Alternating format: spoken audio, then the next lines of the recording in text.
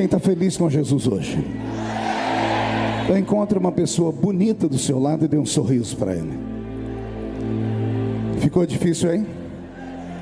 Se não tiver ninguém bonito aí embaixo, é só olhar aqui para cima, tá bom? Mas é para o pastor Cisino, para a irmã Elba, ou para qualquer pastor que está aqui, menos eu. Quem trouxe Bíblia Sagrada nessa noite? Levante a Bíblia para o céu, para cima, dê uma chacoalhadinha nela assim. Deixa eu ver quem está armado ainda. Dê um grito, diga: estou armado com a espada do Espírito. Abra sua Bíblia comigo, portanto, no livro do Apocalipse.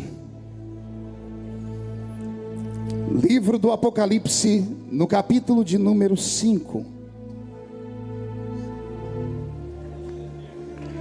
Deus te abençoe. Amém. Saiu o mestre, agora entra o discípulo, né? Apocalipse, capítulo de número 5. Quem encontrou, diga amém. Quem não encontrou, peça socorro. Não achou Apocalipse? O negócio está bravo então. Apocalipse, capítulo de número 5, está escrito assim: e vi na mão direita daquele que estava sentado no trono um livro, escrito por dentro e por fora, de todo ele selado com 7 selos. Vi também um anjo forte que proclamava em grande voz: quem é digno de abrir o livro e desatar os seus 7 selos? Ora, nem no céu, nem sobre a terra, nem debaixo da terra, ninguém podia abrir o livro, nem mesmo olhar para ele. E eu chorava muito, porque ninguém foi encontrado digno de abrir o livro, nem mesmo de olhar para ele. Todavia, um dos anciãos me disse: não chores, eis aqui o leão da tribo de Judá, a raiz de Davi, que venceu para abrir o livro e os seus 7 selos.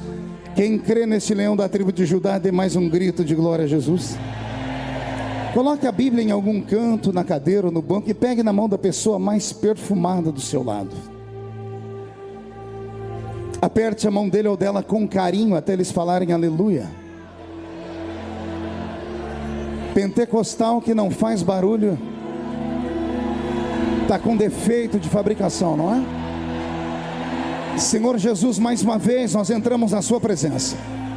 Minha oração é rápida. Minha oração é para que neste exato momento o Senhor cerque este ginásio com a sua glória, e num raio de 5 quilômetros onde houver um demônio alojado, eu dou a esses demônios segundos para sumirem daqui, porque se não sumirem, serão queimados pelo poder da sua glória que aqui será derramada. Rasgue os céus sobre a pequena Camboriú e manda anjos de fogo descerem aqui. Que estes anjos desçam trazendo brasas de fogo nas mãos. Comecem a esparramar estas brasas entre nós. E onde houver um crente cheio do Espírito Santo, pega ele nesta noite, Jesus, e mostra o caminho da verdadeira e poderosa adoração. Fala conosco, fica conosco. É o que eu te peço agora e sempre. E toda a igreja diz: os que podem, tomem o seu assento aplaudindo a Jesus, porque Ele é bom, porque Ele é maravilhoso, porque Ele é grande. Graças a Deus. Eu quero mais uma vez louvar a Deus pela vida do pastor Cisino, dos Gideões Missionários da Última Hora. É o 18º ano consecutivo pregando aqui nessa linda festa. O menino que começou a me ouvir com 18, hoje tem 36, já é pai de família. O filho dele já me escuta também. Então ajudei a formar uma pequena geração. Quero louvar a Deus pela minha família que está me assistindo em casa agora. A minha esposa, a irmã Edileuza, as minhas filhas Karen, Kathleen, Camille. A minha equipe, que por trás de todo o trabalho que eu realizo, não sou sozinho. Um homem sozinho não vai muito longe. Eu tenho uma equipe que me ajuda e que me auxilia. E eles estão aqui no púlpito. É o Charles Augusto, que está aqui na minha frente, meu grande irmão. O Wagner e o Marcinho, que estão por aqui. O Vaguinho, menino, é o meu... Eu ia falar que era meu Gease, mas Gease roubou, né? Então você não é o Gease, não. Você é um outro. Queridos, a Bíblia Sagrada é um livro mais lindo já escrito. Não há um livro que se compare a esse livro. Outros tentaram fazer livros parecidos como esse, não deram conta. Escreveram best-sellers. Alguns deles se tornaram filmes em Hollywood. Passou a sua temporada, os livros estão apodrecendo nas estantes. A Bíblia Sagrada permanece de pé. Nações inteiras se levantaram contra a Bíblia Sagrada. Governos se levantaram contra a Bíblia Sagrada. O comunismo matou 50 milhões de pessoas ao redor do mundo. Somente no norte da Europa, por exemplo, na Romênia, centenas de igrejas foram dizimadas, pastores tiveram suas unhas arrancadas, suas costas dilaceradas, seus filhos assassinados, como a história que ouvimos hoje aqui de um país bem perto, em Cuba, Fidel Castro. Esses governos comunistas se levantaram contra Deus e contra a Bíblia, queimaram as Bíblias, tiraram as Bíblias do seu país. Esses governos caíram e a Bíblia voltou para o lugar onde elas estavam. Pessoas do mundo inteiro têm fome e sede da palavra, e a Bíblia está aí como fonte inesgotável de alimento e de água para matar a sede daquele que acredita naquele que tudo pode fazer. Por isso, esse livro tem que ser reverenciado e amado. Quando eu vejo homens como o bispo Átila, que aqui pregou, e os pregadores que eu citei aqui, pregadores em quem eu me espelhei desde a minha infância, como o pastor Gilvan Rodrigues e o pastor Idecaso Takayama. Outros vieram já quase com a minha idade, como o pastor Abílio, o pastor Paulo Marcelo e o pastor Vanderlei Carceliano. Mas todas as vezes que eu vi esses homens pregarem, eu confesso, vocês são motivo do meu amor pela Bíblia. A Bíblia Sagrada, ela mexe com as entranhas daquele que acredita em Deus de verdade. Existem pessoas que não acreditam em Deus. Alguns acham que a Bíblia é apenas um livro filosófico, outros pensam que é apenas um livro de poesias. Para nós que aqui estamos, sabemos que ela é a boca de Deus falando conosco. Quando eu era menino, me disseram que ela fechada era a boca de Deus falando, ou melhor, aberta era a boca de Deus falando, e fechado era apenas um livro comum. O tempo passou, eu tenho 43 anos de idade e posso afirmar, fechada ou aberta, ela impõe a presença de Deus em qualquer ambiente onde ela esteja. Os Estados Unidos da América têm uma cultura até os dias de hoje: ninguém vai a uma corte sem antes fazer um juramento com a mão sobre este livro, porque ele representa algo divino. Podem os homens se levantar, pode o diabo morder a testa dele, querem os homens acreditar ou não, tudo o que está escrito neste livro já aconteceu, está acontecendo e ainda vai acontecer. E oxalá que a maior promessa desta palavra se cumpra, quem sabe nesta noite. Dada a palavra de ordem, o mesmo Senhor descerá do céu com alarido e voz de arcanjo. Os que morreram em Cristo ressuscitarão primeiro, e depois nós, os que ficarmos vivos, seremos transformados e arrebatados seremos e estaremos para sempre com o Senhor Jesus nos ares. Se isso acontecer hoje à noite e daqui só 2 crentes subirem, eu tenho certeza que o primeiro sou eu. Quem é o segundo? Deixa eu ver. Então aproveite que a sua empolgação está assim, levante a mão direita para o céu, chacoalhe ela, faça uma tomada disso, cinegrafista. Coloque no ombro de quem está do seu lado com carinho e respeito. Se a pessoa reclamar, diz que é um pedido do pregador. Chacoalhe a pessoa até ela ficar irritada, irrita ela. Isso, chacoalhe, desperta ela. Diga: Deus te trouxe aqui para isso hoje. Diga: Deus te trouxe aqui para sacudir a sua fé nessa noite. O horário já se foi, são 10h40. Eu sei que daqui a pouco vai começar o Corujão na televisão. Se alguém quiser ir para casa, para o hotel assistir o Corujão, fique à vontade. Hoje aqui nós não vamos ver coruja, nós vamos ver aqui a pombinha do Espírito Santo voar sobre esse ginásio. E eu estou com vontade de pregar, então que Deus nos ajude. Robson, mude a música e respire fundo. O livro do Apocalipse é, na Bíblia Sagrada, o mais difícil de ser interpretado. É difícil porque a sua linguagem é uma linguagem alta, revelação profunda. Suas revelações são alegóricas, metafóricas. Suas analogias são difíceis e complicadas de compreender. Talvez seja por isso que há uma escassez da pregação deste livro, pastor Abílio. Até porque a nossa mente, ela tem dificuldade de compreender a linguagem divina, e por isso precisamos ter mestres que nos ensinem a palavra. O livro do Apocalipse, diferente do que muitos pensam, não é apenas o livro do futuro, das coisas que vão acontecer. Ele é um resumo do passado, do presente e do futuro. Quando o Senhor Jesus chamou o escritor desse livro, e talvez temendo que ele cometesse o mesmo erro de um outro que foi ao céu, e vale a pena dizer isso aqui, Jesus no Novo Testamento levou 2 homens ao céu, e deu a eles a oportunidade igual de ver o céu e trazer o contato para que a igreja pudesse conhecer. O primeiro que foi, olhou o céu, achou muito lindo, interessante, só que a mente dele era uma mente analítica, porque ele era um doutor da lei, e não era um doutor da lei religiosa, ele era um advogado. Já foi citado aqui o seu nome, Saul de Tarshite, Saulo de Tarso, Paulo. E quando Paulo marcou um culto na igreja e foi contar o que ele viu no céu, eu não sei se foi a reação da igreja, deixou ele amedrontado. Porque quando ele foi falar do que ele viu no céu, o povo se empolgou e ele começou dizendo assim: eu conheço um homem, que se no corpo não sei, se fora dele também não sei, foi até o terceiro céu e ouviu coisas inefáveis. Quando ele disse isso, os crentes se agarraram nos bancos, na cadeira, esticaram a cabeça, os olhos esbugalharam, e ele ficou com medo, porque ele era pastor. Pastor geralmente pensa para falar, diferente do evangelista, que fala sem pensar. Por isso que todo mundo fecha a porta para o evangelista.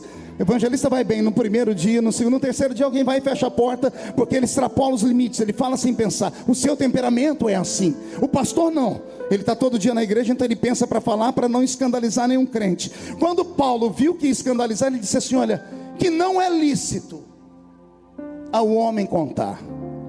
Pense num culto frustrante. Você está do lado de uma pessoa que foi arrebatada, e ela diz: eu conheço alguém que foi arrebatado e ouviu coisas grandes, e você quer ouvir, e ele diz: mas não é lícito contar. Aí Jesus resolveu levar um outro, e esse não era pastor, esse era evangelista. Só que mesmo assim Jesus já foi dando uma ordem para ele: ó, tudo que você vê, escreve. Ou seja, ele não tinha para onde fugir. Tudo que você vê, escreve num livro, e você vai escrever sobre as coisas que eram, sobre as coisas que são, e sobre as coisas que hão de acontecer. Por isso o Apocalipse não é apenas o livro de hoje ou do amanhã, é o livro do ontem. Então compreender o que está escrito nesse livro não é nada fácil. O Apocalipse 5, por exemplo, que fala de um livro selado com 7 selos, e esses selos se fundem com os 4 cavaleiros do Apocalipse, que abrem a porta para as 7 trombetas, e depois falam sobre o derramamento das 7 taças. Poderia aqui pegar uma das vertentes de interpretação e falar apenas sobre as misérias, sobre as problemáticas que cairão sobre o planeta Terra, sobre o que antecederá o fim, não apenas da igreja na Terra, mas da destruição total do planeta Terra. Eu poderia sim hoje usar esse texto para falar sobre isso. Mas como o livro do Apocalipse, ele é revelado, ele dá ao pregador a oportunidade de compreender de outras formas também. Eu não preciso pregar ele de maneira literal, eu posso em Deus buscar uma outra interpretação. E o Senhor Jesus me deu uma outra interpretação acerca desse texto. Se eu conseguir transmitir a metade do que está no meu coração, eu creio que alguns que estão aqui vão voltar para os seus hotéis carregados, arrebatados pela presença do Senhor, porque é muito forte.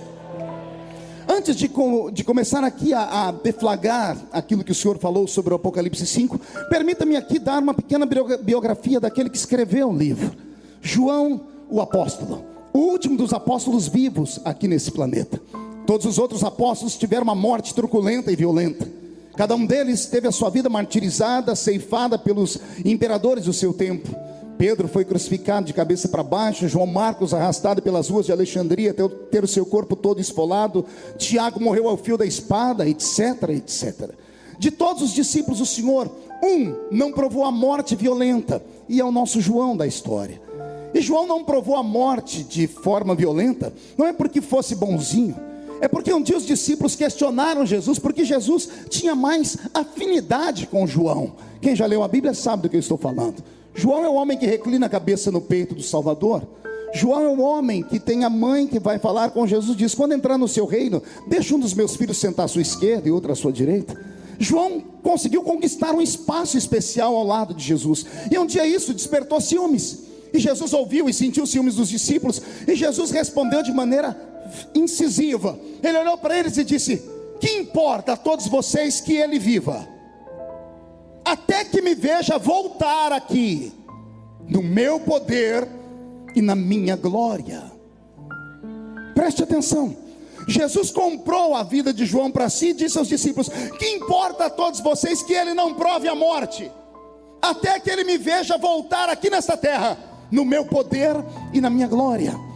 Os discípulos até pensaram naquela época que João viveria para viver o arrebatamento da igreja, a promessa da sua volta. Mas não era isso que Jesus está falando. Mas como tudo que Deus fala, ele cumpre. Jesus colocou uma blindagem ao redor de João, e a morte não tinha poder sobre ele. João está no alto dos seus 90 anos, está pastoreando a linda igreja de Éfeso, uma igreja plantada pelo apóstolo São Paulo nos áureos anos do seu evangelismo. Ele agora é pastor sênior desta igreja, e a notícia de que há um dos seguidores de Jesus vivo chega até o imperador de Roma, que neste tempo, se não me falha a memória, era Domiciano. E Domiciano, quando ouve falar que há um dos discípulos de Jesus vivo, e sabe que todos os outros imperadores antes dele matou os discípulos de Jesus de maneira violenta, ele quis entrar para a história também. Então ele mandou chamar o velho João até o seu palácio, questionou sobre a sua fé, e disse a João que ele tinha o direito de negar a fé para sobreviver, ou então encararia a morte. A história diz que o velho João não temia a morte. Olhou para o velho imperador e disse para ele: meu Cristo nunca foi meu inimigo, por que é que eu negaria se ele nunca me negou?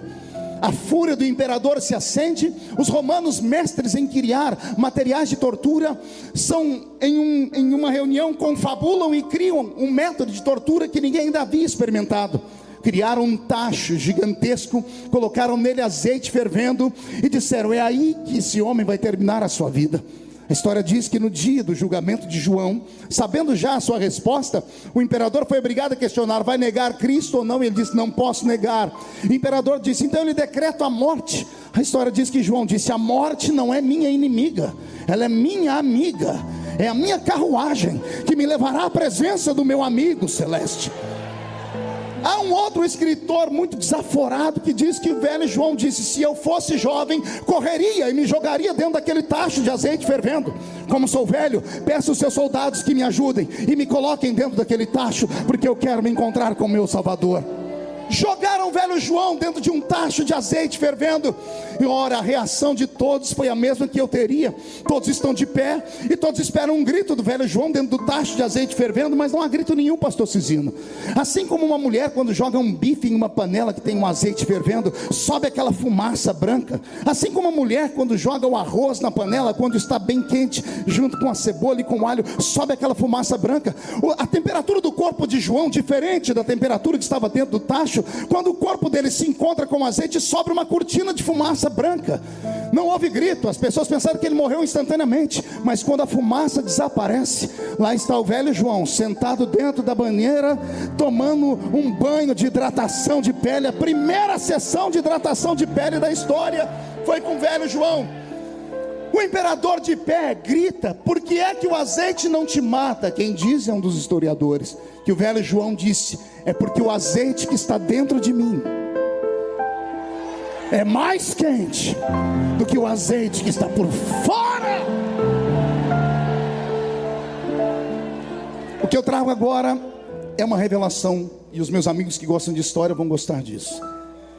Estudei um pouco sobre o temperamento grego e a filosofia grega por causa da política. E por causa da política aprendi o que eu vou falar aqui agora.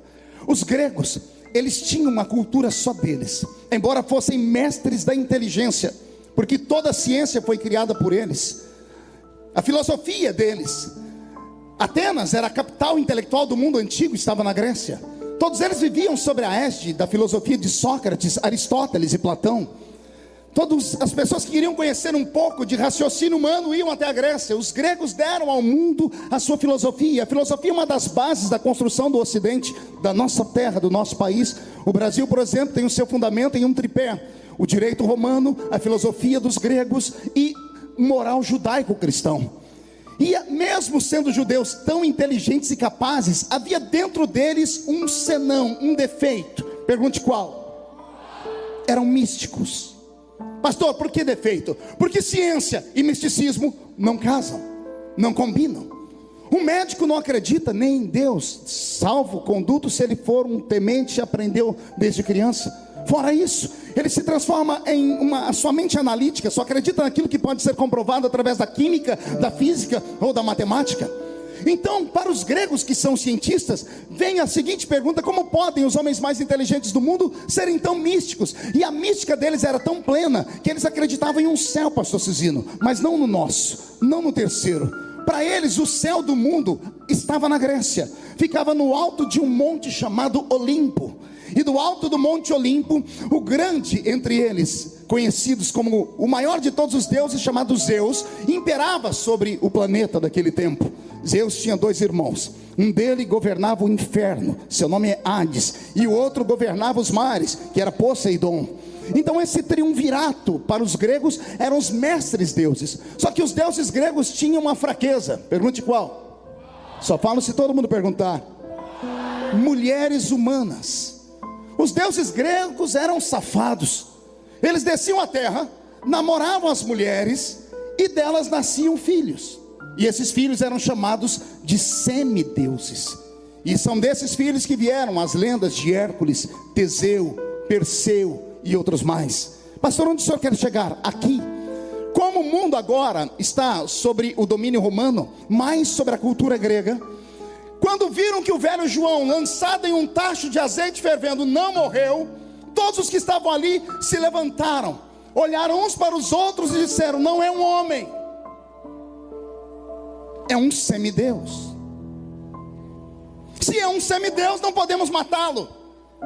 E os gregos tinham uma mística tão grande que eles criaram uma ilha. Criaram o quê? E ao redor dessa ilha havia encantamentos. E o encantamento protegia a ilha dos homens do mundo. E era nesta ilha que eles lançavam os homens que rompiam e venciam a morte. Naquele mundo antigo, pastor Paulo Marcelo já sabia de homens que eram sobre-humanos na sua composição física. Nada vinha de divino dentro deles, não havia nada de divino. Quem já teve a curiosidade de assistir os super-humanos de Stan Lee na televisão sabe do que eu estou falando. São homens e mulheres que tinham capacidade acima da média. Há indícios naquela época que haviam homens que foram afogados em tachos e conseguiram sobreviver por 10 minutos sem respirar debaixo d'água. Isso é anormal. Então quando viam um homem respirar ou ficar sem respirar por 10 minutos, diziam: não é um homem, é um filho de Zeus com alguma mortal, então ninguém pode tocá-lo. Essas pessoas amaldiçoadas, segundo eles, não podiam ficar entre os homens. Então eram pegados e jogados em uma ilha grega chamada Ilha de Patmos, a ilha das bestas feras, ou a ilha rochosa. Naquela época há indícios de pessoas que foram enforcadas e ficaram por 30 minutos enforcadas. Saltaram de cima de cavalos e os seus pescoços não quebraram e não morriam. Então diziam: esses condenados não são homens, são filhos dos deuses. E jogavam eles na ilha de Patmos. É por isso que o velho João é jogado na ilha de Patmos, porque achavam que ele era um semideus, achavam que ele era um homem anormal. A história diz que quando os romanos chegavam próximo à ilha, não chegavam a parar na areia da praia, paravam uns 10 metros longe, porque eles tinham medo de entrar naquele lugar rompido e amaldiçoado. Então jogavam o preso dali mesmo. João é jogado a uns 10 metros antes de chegar na praia, e ele que se virasse com as mãos amarradas e os pés amarrados, que sobrevivesse e fosse até a praia. É nessa situação que João está. Os romanos não pisavam naquela ilha. Eles diziam que o que prendiam esses semideuses lá era um encantamento. É claro que é puro misticismo que eu estou falando aqui, trazendo para vocês a cultura.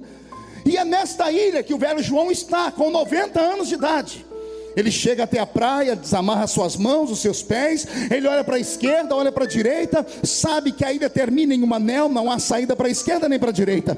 Ele olha para frente, sabe que vai enfrentar homens malditos, homens ruins, homens que a sociedade temiam. Ele olha para trás e atrás dele tem o mar fechado. E é nesse momento que o velho João começa a ensinar para todos nós que quando uma porta se fecha para frente, quando uma porta se fecha para trás, quando a porta se fecha para a esquerda ou para a direita, pode se abrir uma porta no céu. E é assim que ele começa a sua história. E ele mostra como é que se abre a porta do céu. As portas da terra nós abrimos batendo a mão, a porta do céu abrimos batendo o joelho no chão. João cai de joelhos, e eu vou deixar que ele conte o que aconteceu. Estando eu de joelhos, eu ouvi uma voz por detrás de mim, e virei para ver quem era. E me dá um arrepio, porque bastava João dizer assim: virei para ver quem era, e lá estava Jesus. Não era mais simples, não era mais cordial. Mas João não diz isso. João diz: eu virei para ver quem era. E ele começa a desenhar um homem para nós, Castelhano. Ele começa a falar da cor do cabelo, dos olhos, dos pés, da roupa, pastor Gilvan. Por que isso? João estava naquele momento com uma alegria dupla. Primeiro porque estava revendo o seu Salvador, e segundo porque ele já estava pronto agora para encarar a vida depois dos 90. Ou seja, já tinha terminado tudo por aqui. Ele está vendo aquele que falou: que importa que ele viva, até que me veja voltar aqui, no meu poder e na minha glória. Você entendeu? Eu vou repetir. João, quando olha para trás, ele não vê o Jesus homem. Ele não vê o Jesus que ele viu subir no alto da montanha naquele dia, sendo elevado aos céus de uma nuvem cobrir os seus pés. Faziam 60 anos. Quantos anos eu disse? Não ouvi? A última vez que João viu Jesus faziam 60 anos. João tinha 30 anos quando ele estava no solapé da montanha, e ele viu o Nazareno ressuscitado. Ele viu Jesus com seus cabelos castanhos, os seus olhos castanhos, o seu corpo quase que de 1,80 m. Ele viu as mãos furadas, ele viu o linho fabricado na terra e os pés furados também. A última vez que João viu estava em Atos capítulo 1. 60 anos depois, João está na ilha de Patmos, e ele olha para trás e ele diz: e eu virei para ver quem falava comigo, e lá estava ele. Só que agora os seus cabelos não são humanos. Os seus cabelos são brancos como a neve. Os seus olhos são como chamas de fogo. Os seus pés são como latão que saíra da fornalha. A sua roupa é um branco linho que não há na terra. Há um cinturão de ouro que traça o meio do seu peito, e da sua boca sai uma espada aguda de 2 fios que grita assim: João, sobe para cá, João. Aleluia. Como eu disse, a alegria dele é dupla. Primeiro, porque ele está vendo o seu amigo, e segundo, ele sabe que não dá para viver nesta vida com mais de 90 anos, porque é só enfado e canseira. Como ele viu Jesus na sua glória e no seu poder, ele já pode morrer. Mas antes de morrer, ele ainda tinha uma missão. Pergunte qual? Ouvir o que Jesus disse: tudo que eu vou te mostrar, escreve em um livro.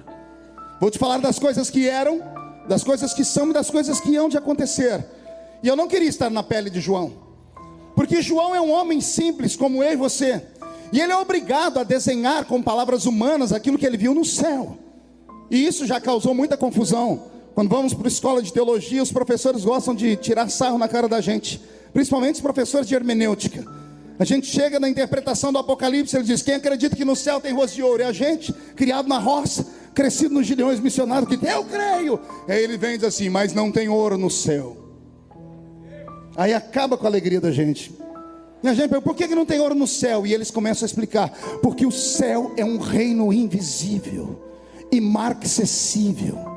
É um reino que não pode ser tocado nem tateado.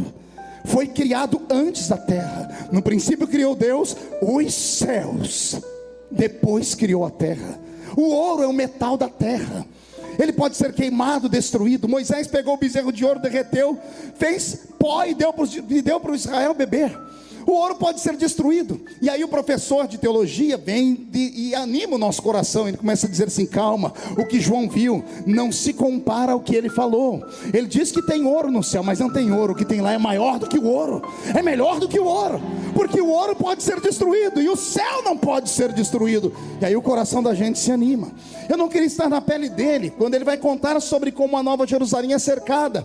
Ele diz que a Nova Jerusalém tem uma muralha cercada por pedras preciosas de 12 tipos. E ele começa a falar, pastor Takayama, ele começa a dizer que lá tem o berílio, o carbúnculo, o topázio, a esmeralda, o diamante. E aí vem o professor da escola de teologia e diz: isso não existe. Por quê, professor? Porque pedras preciosas só existem na terra. E antes da pedra ser preciosa, ela é um cristal de rocha. Antes de ser um cristal de rocha, é carvão mineral. Antes de ser carvão mineral, é só terra. E antes de ser só terra, é uma massa chamada amálgama. É disso que se trata a geologia. Ou seja, são milhares de anos para que se construa uma pedra preciosa. Aí o professor diz assim para a gente: não fique triste, o que ele viu lá é muito melhor do que tem aqui na terra.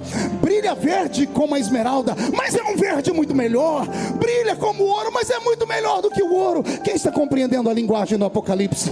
Acotovele seu irmão, diga: creia, porque é para lá que você vai. É esse João que é convidado a dar um passeio dentro do céu. E o que eu passo a falar agora, peço que prestem bastante atenção, porque a explicação só virá no final da mensagem, daqui umas 3h30 pelo menos. João, quando é convidado a entrar dentro do céu, ao colocar os pés naquilo que eu chamo de regiões celestiais, diga comigo: regiões celestiais. Quando lemos a Bíblia falar que nas regiões celestiais habitam espíritos, pensamos que são as regiões da terra. As regiões da terra não são regiões espirituais, são regiões humanas, são regiões naturais, são regiões físicas. A região celestial que a Bíblia fala e a Bíblia Sagrada nos diz, é o lugar onde está estabelecido o terceiro céu. O Senhor Deus colocou uma muralha ao redor do seu tabernáculo. E repito, havia somente um tabernáculo. Não haviam diversas ou dezenas de construções no início do Apocalipse. Quando João foi convidado a entrar lá dentro, pastor Abílio Santana, pelo que eu entendo da minha leitura e do meu estudo aprofundado, foram 50 horas de estudo para compor essa mensagem. João, quando colocou os pés no chão do céu, só havia vazio e mais nada. Ele avistou ao longe a única construção que havia lá dentro, que era um tabernáculo. Repita comigo: tabernáculo. O senhor é louco, pastor? Não, é só ler a Bíblia. Hebreus capítulo 9. Assim como há um tabernáculo terrestre, reflexo do tabernáculo celeste, o que nós temos hoje em forma de igreja nada mais é do que um espelho daquilo que existe lá em cima no céu. Quando João colocou os pés naquela pairagem, não havia nada a não ser o tabernáculo divino. Não havia construções, não havia casas, não havia edifícios, não havia praça, não havia árvore, não havia nada. Só havia o tabernáculo construído. Eu disse que a explicação disso vem no final da mensagem. Então, antes de falar que eu estou pregando heresia, preste atenção. João é convidado a atravessar toda aquela região celestial, e ele sobe pelo alpendre do tabernáculo. Ao passar pelo que nós chamamos de átrio, onde estão os santos anjos que recepcionam, ele entra pelo lugar santo. Ao entrar no lugar santo, onde estão os 24 anciãos e onde estão os santos anjos que também cantam, João é convidado a observar que há uma sala fechada, e esta sala fechada nada mais é do que o santo dos santos, e é para lá que João é arrastado. É lá que João entra. Quando ele entra dentro dos santos, não há construção, não há móveis, só existe um trono, e sentado nesse trono está aquele que está aqui nesta noite. Não, você não pegou, vou falar. Sentado naquele trono está aquele que está de pé aqui entre nós esta noite. Ele está sentado no seu trono. Sob o seu joelho, ou sob a sua coxa esquerda ou direita, ele tem um livro na mão. O livro está fechado por dentro e por fora. João não está ali em corpo presente, ele está ali em espírito. E quando João está em espírito, dentro daquele ambiente sagrado, ele olha a face daquele que arde como um fogo devorador. Ele olha um outro ser de branco que entra bradando e gritando lá dentro assim: ninguém na terra, nem debaixo dela, nem em cima dela, foi encontrado digno de olhar para o livro, nem de abrir o livro e nem de ler o que está nele escrito. Quando João ouve esse ser gritando essas palavras, e eu repito que o ser disse: ninguém pode olhar, ninguém pode abrir e ninguém pode ler o que está escrito nesse livro, acontece uma coisa que nunca antes aconteceu no céu, doutor Luiz, e nunca mais vai acontecer. Alguém chora dentro do céu. Vou repetir: nunca antes ninguém chorou no céu, pastor Cizino, e depois disso ninguém nunca mais voltou a chorar no céu, porque são essas lágrimas que vão fazer um efeito na nossa história aqui. Quando aquele que está sentado no trono olhou para aquele que está caído no chão, ajoelhado em prantos, e não é um choro como aquele que você faz em casa comedido, é um clamor. Chorava muito, chorava de se sacudir, de se sacolejar. A alma dele é tomada por uma convulsão de emoções. Ele chora tanto, mas tanto, que de repente, como que num passe de mágica, uma outra porta se abre e entra um outro anjo que vem até ele e diz assim: João, não chores, não chores, João. E eu imagino João dizendo: não chorar? Como? Você mora aqui, eu sei o que está escrito naquele livro ali, daqui a pouco eu vou te contar, e eu sei o que está escrito lá. Como eu sei o que está escrito lá, se o livro não for aberto, eu vou ficar triste para o resto da vida. Eu choro sim. E o homem insiste: João, não chores. E João dizendo: mas aquele homem ali, aquele anjo disse que ninguém pode abrir o livro, nem olhar para ele, nem desatar os selos dele. E esse homem diz: João, calma, já encontramos a solução. Como assim? Olha quem vai entrar naquela porta ali, João. E quando João olha, João pergunta: quem é ele? E o anjo diz: é ele, João. Eis ali o leão da tribo de Judá, a raiz de Davi, que venceu para abrir o livro e desatar os seus 7 selos.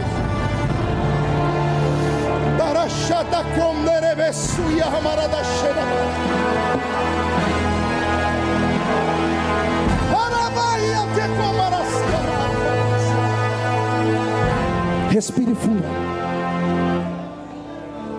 para compreender o que João viu. E é aqui que eu digo que eu falei no início, eu tenho uma revelação particular desse texto. Eu poderia falar aqui que esses 7 selos seriam 7 missões que o Messias deveria cumprir para salvar a raça humana.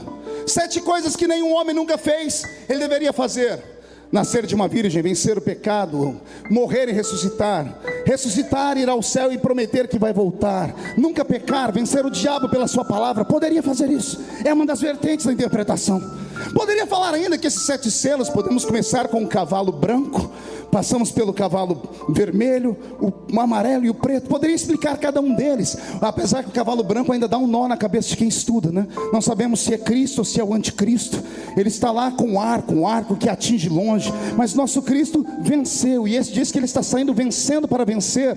Poderia falar aqui sobre a cor vermelha, poderia falar de um tempo de perseguição para o tempo presente, ou poderia falar da perseguição que a igreja sofreu no início do seu nascimento, quando o sangue dos mártires pingava nos solos da terra e pareciam sementes que brotavam mais almas que aceitavam a Cristo. Poderia falar aqui sobre o cavalo amarelo, sobre um tempo de fome, e quem já leu o Apocalipse sabe que o cavalo amarelo, quando ele é solto, há um ser sentado sobre ele cujo nome é morte, e esse ser grita: a farinha custará tão caro que ninguém terá dinheiro para comprar, e a cevada também. Eu poderia falar sobre um tempo de fome que virá sobre a terra, ou poderia falar sobre um tempo que já veio, em que a palavra, que é o trigo do céu, foi arrancada dos crentes, do século 3º até o século 15, 12 séculos, 1200 anos. As pessoas queriam ouvir a palavra verdadeira e não tinham, queriam ouvir uma profecia e não saía, queriam ver uma cura e não acontecia. Por 12 séculos, o mundo cristão quase desapareceu. De Constantino aos outros que vieram, quase dizimaram a existência da igreja de Cristo. E quando o diabo no inferno fazia festa dizendo: venci, é lá na Europa que Deus começa a levantar um grupinho de pessoas. Eu li sobre a história dos irmãos Quakers e chorei com eles. Alguém lembra da aveia Quaker aqui? A aveia Quaker, aquela coisa que a gente compra para dar para os filhos. Sabe a foto daquele homem que fica na latinha da aveia Quaker com aquele chapéu? Aquilo é um Quaker. Eu pensava que era sobrenome de alguém importante, pastor Takayama, mas não é. Quaker significa treme. Quakers eram os tremedores. Botaram um apelido num povo, porque esse povo orava nas casinhas de madeira, lendo a Bíblia e dizendo: se a Bíblia é de verdade, nós queremos viver o que está escrito nela. Se já teve profeta, queremos profeta de novo. Se já teve línguas, Mara, queremos falar em línguas de novo. Só que Deus não descia, o Senhor estava triste, e esses homens começaram a orar, deixaram de orar de joelho e começaram a orar em pé. E eles batiam o pé nas casas, e as casas de madeira tremiam, e os vizinhos dizendo: ó os tremedores aí, ó os Quakers aí. E foi assim que começou um reavivamento sobre a nossa vida. Ah, Jesus, me dá aqui meia dúzia de Quaker nessa noite, me dá meia dúzia de Quaker aqui nessa tribuna, e vamos sacudir o Brasil de novo. Oh meu Deus. Poderia falar sobre o cavalo negro, que fala do tempo de apostasia. Ele é a oposição ao cavalo branco. Se o primeiro traz paz, esse traz guerra. Mas não é isso que Jesus colocou no meu coração. O Senhor colocou no meu coração algo poderoso demais, divino, a respeito dessa interpretação. E eu descobri que o livro do Apocalipse 5 não é apenas o livro que vai desatar as 7 trombetas. Não é apenas o livro que vai desatar as maldições e as misérias sobre a terra. Eu descobri que este livro que está no Apocalipse 5, pastor Abílio, é o livro mais lindo já escrito.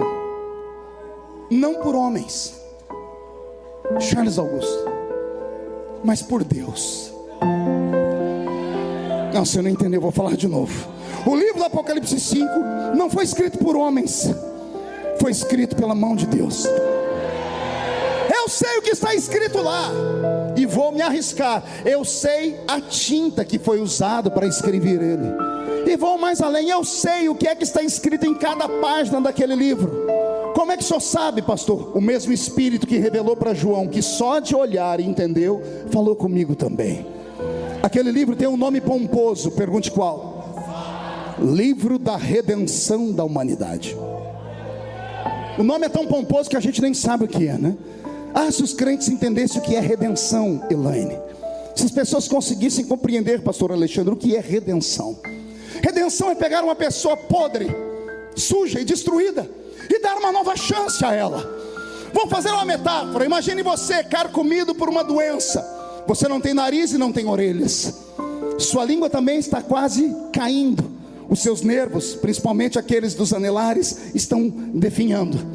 A sua pele está apodrecida e ela começa a mudar de cor. E você começa a feder. Não bastasse isso, você ainda é obrigado a se lembrar que você dias atrás pegou na alça do caixão de 10 filhos e levou eles para dentro do cemitério. Não bastasse isso, você ter que sentado no meio das cinzas, ficar se coçando com um caco de telha, lembrar que a sua mulher te abandonou, lembrar que os seus amigos foram embora e que você não tem no bolso um centavo para comprar nada, lembrar que só tem como amigo moscas e urubus que estão esperando a sua morte, lembrar que os seus melhores amigos disseram para você: você está aí com um pecado escondido. E quando não tem mais nada para fazer, você olha para o céu, não tem amigos por perto, você se levanta com a perna tremendo, com as memórias dos filhos mortos, da esposa que foi embora, com um caquinho de telha tremendo, e levanta ele para o céu e grita: hoje eu estou assim, mas eu sei que o meu Redentor vive. Ele vive. E o que é redenção, pastor? Está pronto para ouvir? Redenção é você com um caquinho de telha para cima. Quando você abre os olhos, a pele podre começa a ficar nova, o fedor desaparece, o nariz começa a crescer de novo, as cartilagens destruídas pela lepra começam a se fazer, você começa a andar como que num passe de mágica. A casa que estava destruída, você olha, agora tem uma outra maior do que aquela. Os amigos que foram embora voltam em dobro, a sua riqueza volta em dobro, os seus filhos nascem. Dedo de profeta para cima comigo. Aponte o dedo no nariz do seu irmão, diga: isso é redenção. Não grita, diga: isso é redenção. É devolver a esperança, é devolver a alegria, é devolver o que foi roubado. Este é o livro da redenção da humanidade.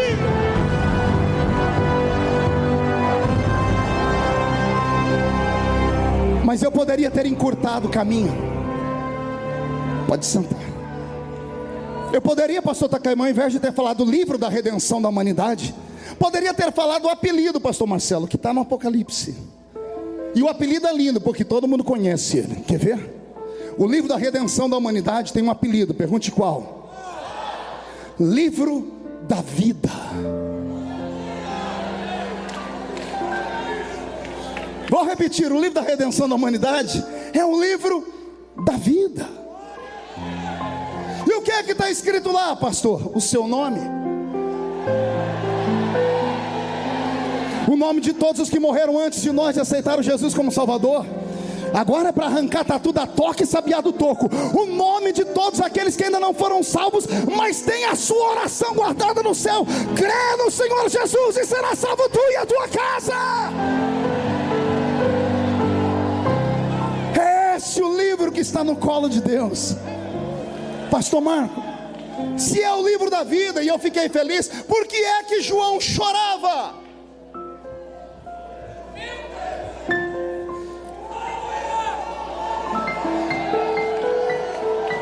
João chorava porque o livro da vida não é só um livro, ele é um testamento. E o que é um testamento senão um documento que tem fé pública, lavrado por um advogado que tem poderes, recitado pela boca de pessoas que têm bens. E as pessoas que têm bens, antes de morrerem, chamam o advogado e dizem assim: coloque aí no testamento: a minha herança vai ficar para fulano de tal, a minha casa para minha esposa, a fazenda para as minhas filhas. E assim é feito um testamento. O testamento é guardado a 7 chaves em um cofre, e ele só tem validade quando aquele que atestou morre.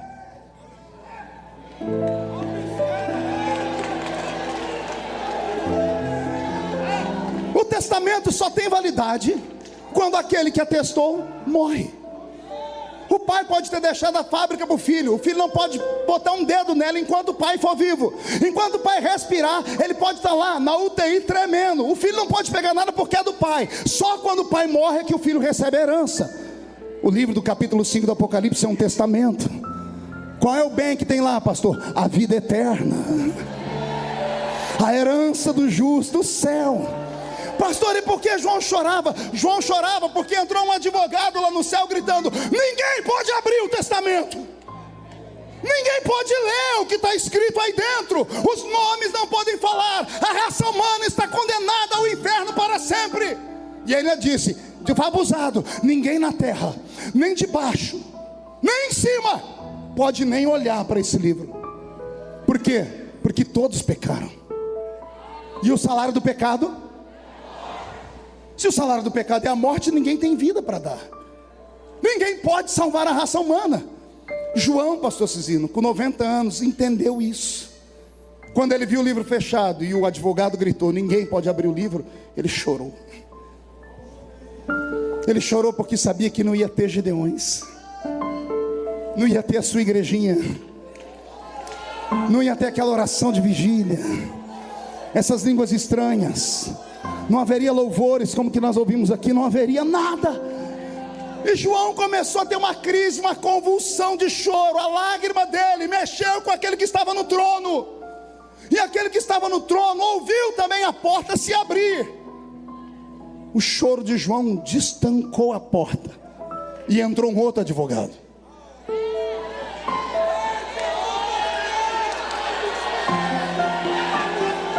Entrou outro, pastor Cizino. Um gritou: ninguém pode abrir o testamento. O outro gritou assim: pode sim, já encontramos um. E alguém pergunta: quem é ele? Eis aí o leão da tribo de Judá, a raiz de Davi. Ele pode abrir o livro.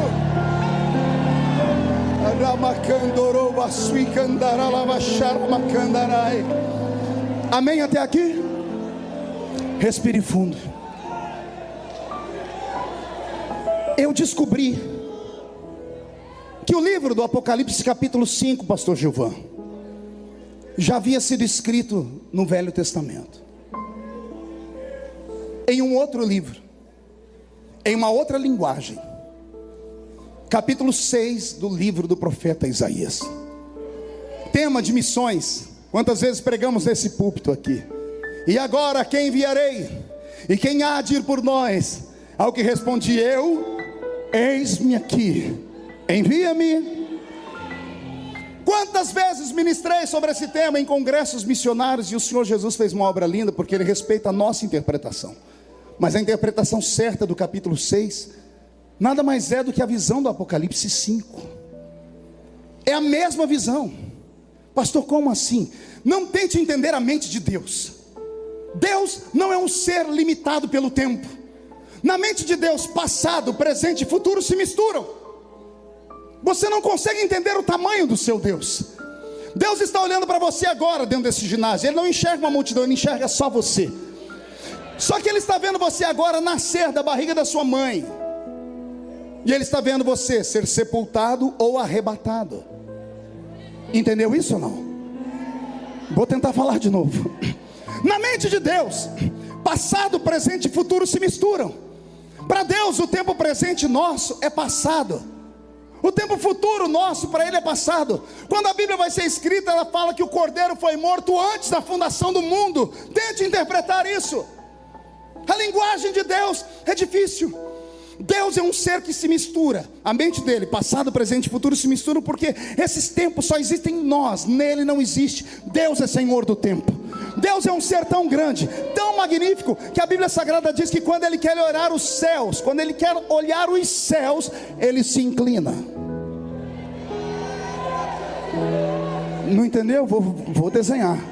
Quando Deus quer olhar os céus, Ele se inclina. Está escrito aqui.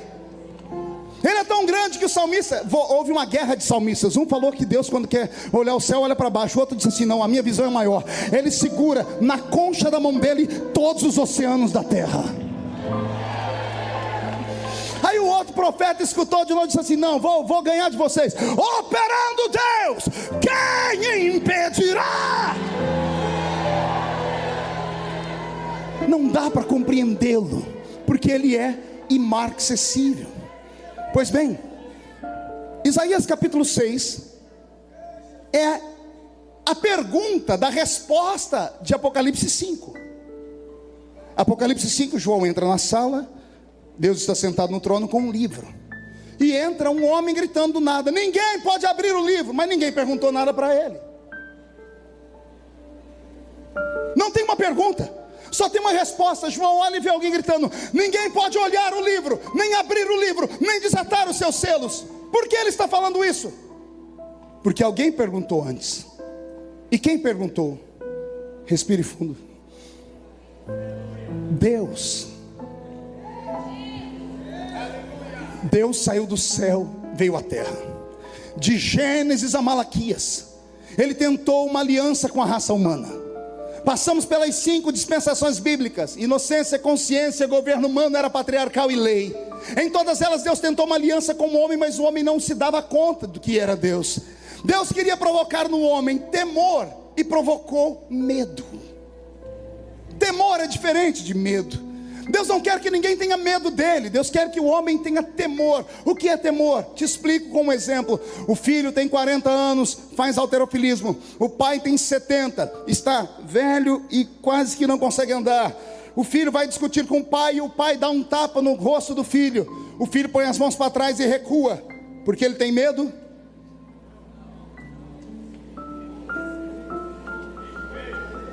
O que é que o filho tem? Respeito. Temor é respeito.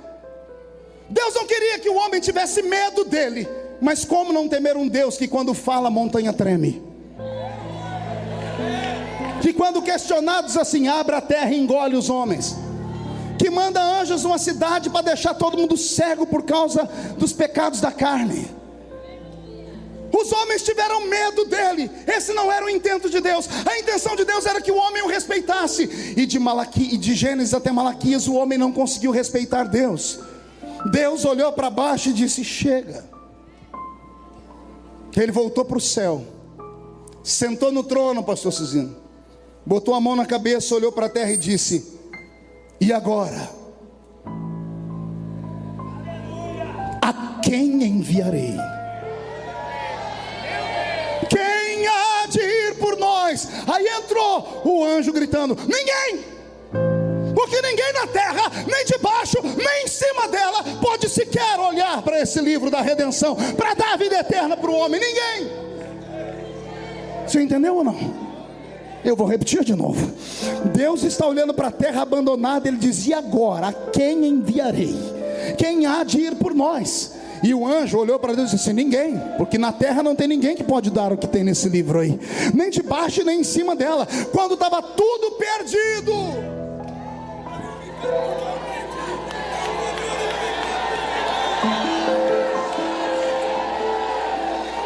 O anjo gritou e falou bonito: ninguém na terra, nem de baixo nem em cima. Como não tem ninguém na terra, no céu se levanta à direita de Deus Pai um ancião de dias, de cabelos brancos como a lã branca, seus olhos são como duas brasas de fogo, seus pés reluzem como latão que saíram da fornalha, o seu corpo é coberto com linho puro, e um cinturão de ouro traça o meio do seu peito. Ele tem nome: Leão da tribo de Judá.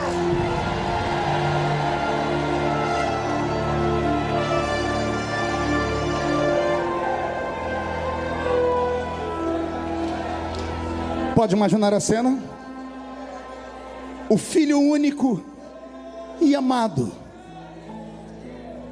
se levanta, vê o seu pai desesperado, assiste a cena e diz: eis-me aqui, envia-me a mim. Pode imaginar o discurso que se correu, o debate, pastor Abílio. Mas meu filho, nós somos um. O que você pode fazer que eu não tenha feito? Pode imaginar o filho dizendo: papai, nós somos um. E o senhor fez certo, o senhor não errou não. A primeira impressão é que fica. Uma pessoa quando quer conquistar outra, vai com o melhor que tem. Ninguém chega para conquistar uma outra pessoa de qualquer jeito, parecendo mulambo. Ninguém vai pedir um emprego numa fábrica e no currículo coloca o lugar que foi mandado embora. Só coloca os lugares que saiu de bem. É a primeira impressão que fica. O senhor foi e sentou nas asas de um querubim. O senhor é Deus, o senhor é soberano, tem que fazer isso mesmo. O senhor falava e a montanha tremia. O senhor é Deus, tem que fazer isso mesmo. Só que o homem não entendeu. E o que é que você pode fazer que eu não posso, filha?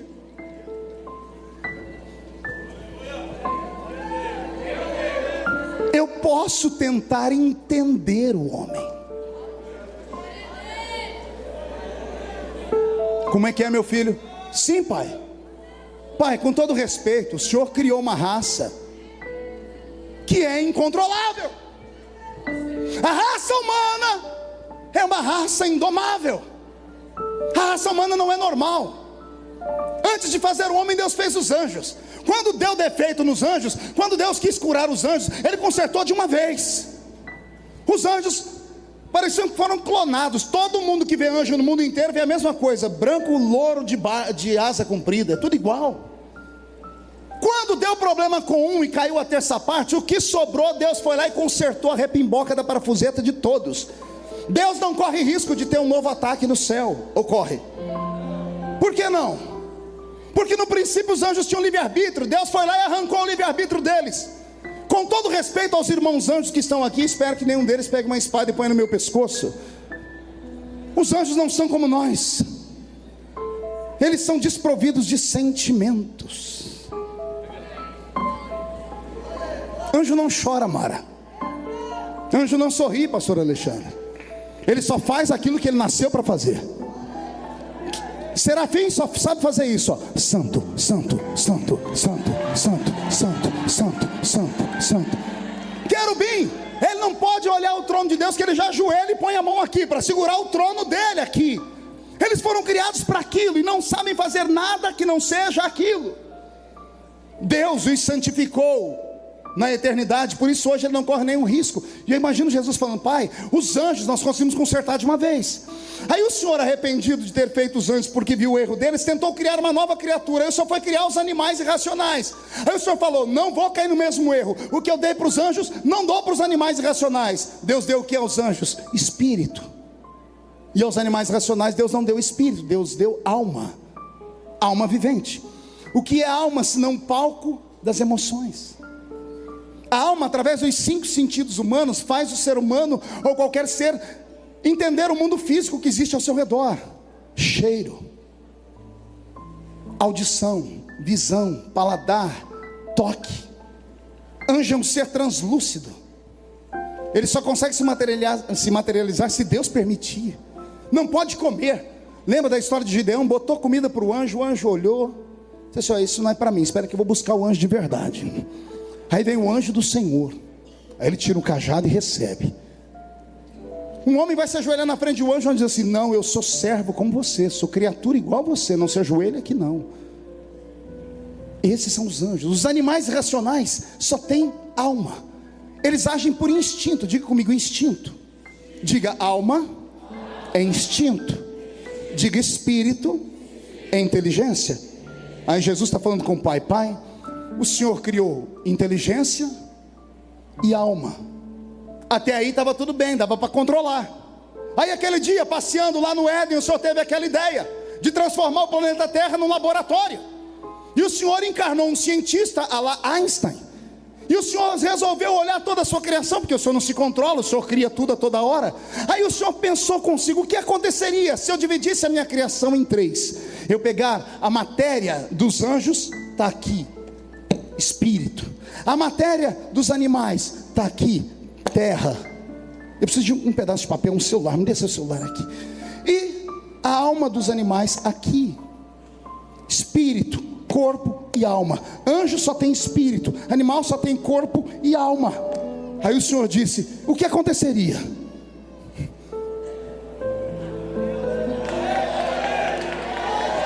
E se eu juntasse o corpo, a alma e desse um espírito para ele? Não entendeu? Vou desenhar de outra forma. O que aconteceria se eu pegasse o céu e a terra e misturasse céu e terra? Resultado: nasceu você. Nasceu você. Não, você não entendeu ainda, eu vou repetir de novo até você entender. Eu não estou pregando para o filho da Dona Maria, da esquina do São João, que tem chulé no pé e seborréia no cabelo. Não, eu estou pregando para homens e mulheres que carregam dentro dele o céu e a terra. O céu e a terra.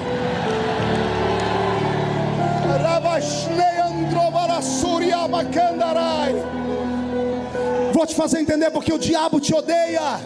O diabo te odeia porque você é melhor do que ele. O diabo odeia a raça humana porque a raça humana é muito mais poderosa do que ele. O diabo te odeia porque ele tem ciúmes e inveja de você. O diabo te odeia porque o que Deus te deu não deu para ele. Alguém aqui já viu encruzilhada? Quem já viu encruzilhada? O que tem na encruzilhada quando o negócio é bravo? Desenha a macumba para mim, pastor Abílio. Bode, farofa de azeite, dendê, vela preta, pano preto, pano vermelho, pinga, goró, cachaça. O diabo pede tudo isso. Pergunte para quê? Para sentar, ficar olhando com os olhos, lambendo com a testa. Ele não consegue pegar um grão de farinha. Ele não consegue experimentar um pedaço da carne de bode. Ele não sabe o cheiro da cachaça. Ele sabe que os homens gostam, mas ele não sente nada. O diabo te odeia porque você é melhor do que ele. Levanta essa mão direita para o céu, bate no peito e diga: sou melhor do que ele. Olha para o seu irmão, se você não acredita, diga: o problema é seu. Diga: eu sou imagem e semelhança daquele que fez os céus e a terra. E só quem é semelhança de Deus, tire o pé do chão para adorar.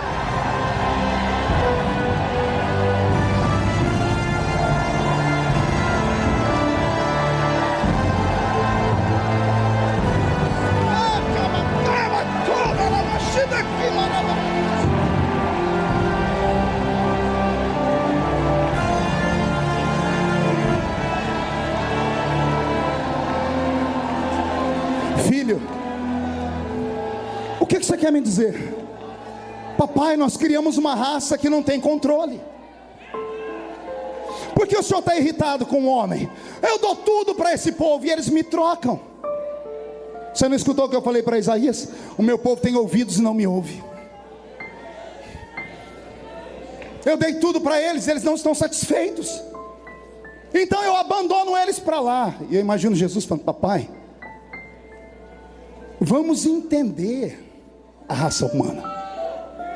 Qual é a sua ideia, filho? Papai, antes de eu contar a minha ideia, porque ela é mirabolante, deixa eu te falar como é o homem. Pois não, filho. Eu imagino Jesus fazendo aparecer no céu o planeta Terra numa imagem holográfica. A Terra está girando e Jesus toca num continente da Terra. Ele toca num continente e puxa uma imagem de uma criança. A criança tem a barriga grande, pele e osso, nariz escorrendo e desdentada. E Jesus pergunta: papai, por que essa criança chora? E o pai diz: porque ela tem fome. E Jesus pergunta: pai, o que é a fome? O que é a fome? Meu filho, é um dispositivo que eu criei para controlar o homem. Papai, não é isso que eu estou perguntando, não é técnica. Eu quero saber o que é que sente uma pessoa que está com fome. Eu não sei, filha. Nós criamos a fome e nunca experimentamos ela. Por isso que ele olha para o céu e diz que o Senhor não existe. O planeta gira. Essa menina, pai, por que ela chora? Ela tem sede, filha. E o que é sede, pai?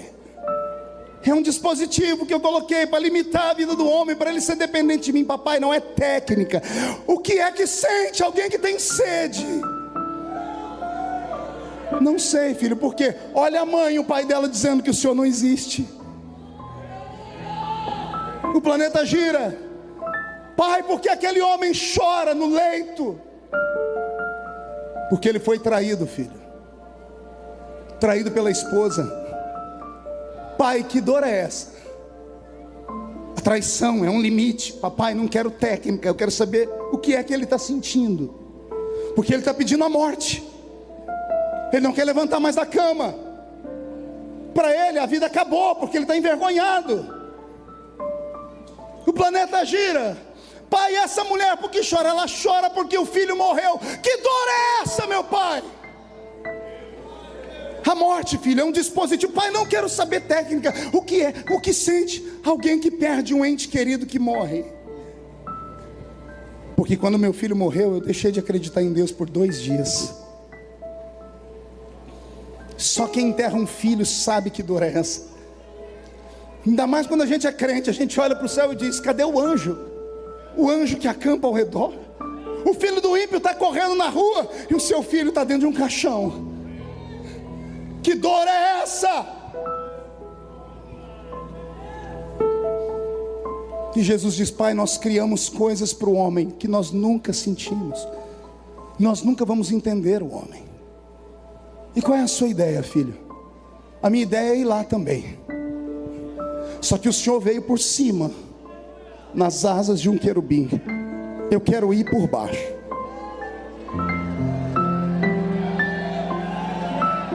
O Senhor foi como soberano, eu quero ir como servo. O Senhor foi como rei dos reis, eu quero ser só filho de Maria. O Senhor foi todo poderoso, eu quero entrar ali e experimentar a vida. Eu quero ser uma figura anônima. Só quando eu ficar conhecido, mas antes disso eu quero conhecer a vida normal. Eu quero saber o que é a vida, eu quero saber o que é fome, quero saber o que é sede. Quero ver se dá para encarar a fome e a sede e ainda continuar te adorando. Quero ver se dá para encarar a dor e continuar dizendo que o Senhor é Deus. E o pai olha para ele e diz assim: e o que é que você quer fazer? Eu quero nascer. Mas você é Deus. E o Senhor também. O Senhor pode tudo, me faz nascer na terra. Mas como, pai? Milagre é com o Senhor. Me faz nascer, me deixa nascer na terra. Escolhe alguém lá de baixo. Ele falou: não, mas eu tenho que preparar o caminho. Então prepara, pai. 700 anos antes de Jesus nascer, Isaías começa a gritar: eis que uma virgem conceberá e dará à luz a um filho, colocarão nele o nome de Emanuel. Oh glória! O caminho começa a preparar. Chega o dia dele nascer. Imagina a despedida lá em cima, pastor Ciro, o pai dando um beijo no filho, falando: filho, para onde você vai? Eu vou nascer, meu pai. Só louco para entender essas coisas. Então tá bom, então vai. Antes dele descer, desce um anjo primeiro. Um anjo entra no quarto de uma menina que está dobrando a roupinha dela. De repente, a aura do anjo, a luz, joga a silhueta da sombra dela na parede. Quando ela vê a parede tremer, ela olha para trás e toma um susto. Tem um homem de branco dentro do quarto dela.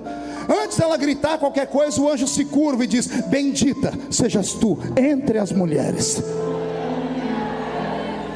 Quem és tu? Eu sou Gabriel. Eu assisto diante do trono de Deus. E o que você faz aqui? Tu és bendita entre todas as mulheres. Tu foste escolhida para dar à luz ao Salvador do mundo.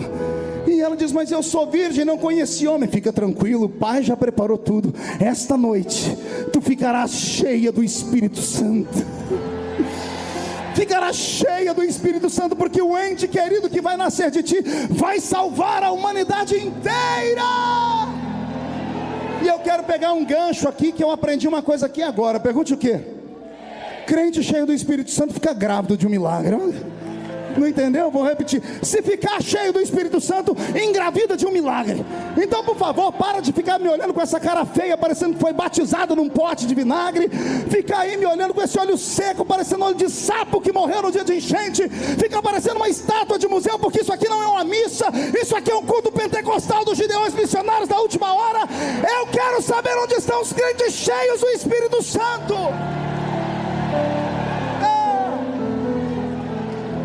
Ramastei andorobas naradagai andorobas suirekai tarnai andrevele suriama shadaki borobas teriandarabakai marasuri de candaraba shadakandaraba suri de candaraba sharabakai.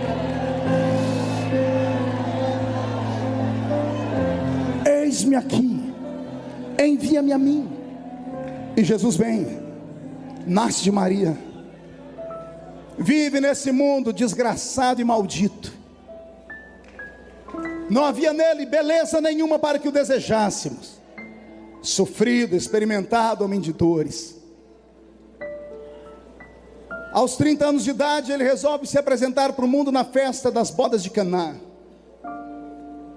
O mistério começa a acontecer. O ministério começa a crescer. Consegue alguns adeptos que ele chama de escola apostólica. Não escolheu muitos, só 12. E com esses 12 ele virou o mundo de cabeça para baixo. Ele cumpriu todas as leis do homem para que o diabo não tocasse nele. E uma delas é a mais engraçada: vai Deus ser batizado pelo homem. Mas até no batismo as coisas extraordinárias acontecem. Porque o batizador chamava todo mundo de cobra, víbora. E quando ele vê aquele descendo a montanha, ele diz assim: todo mundo aqui é cobra, menos aquele ali, ó. Aquele ali é o Cordeiro de Deus, que tira o pecado do mundo.